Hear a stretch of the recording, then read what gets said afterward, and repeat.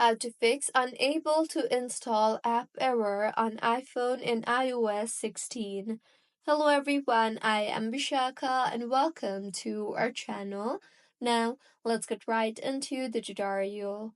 Firstly, launch the settings application on your device and tap on Wi-Fi and make sure you are connected to a proper working internet connection, and if not, then you can also switch between networks, that is, if you are using Wi Fi, switch to cellular, and if you are using cellular, switch to Wi Fi.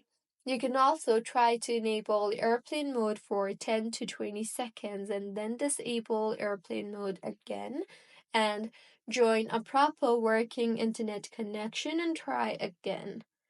See if your issue is fixed or not, and if not, then reset location and privacy settings. In order to do that, tap on General and then scroll down and tap on Transfer or Reset iPhone, and then on Reset and then on Reset location and privacy. Enter your passcode and reset location and privacy.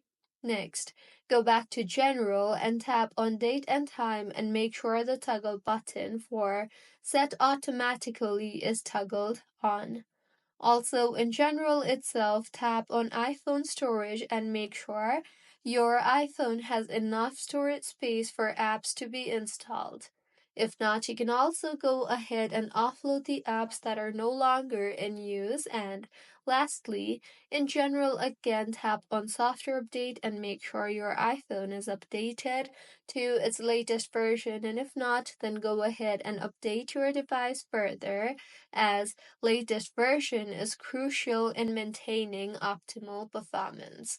So, this is how you can fix unable to install app error on iPhone in iOS 16. If you find this tutorial helpful, please like the video and do comment if you have any queries. Also, do subscribe to our channel for more helpful tutorials like this. See you on the next one.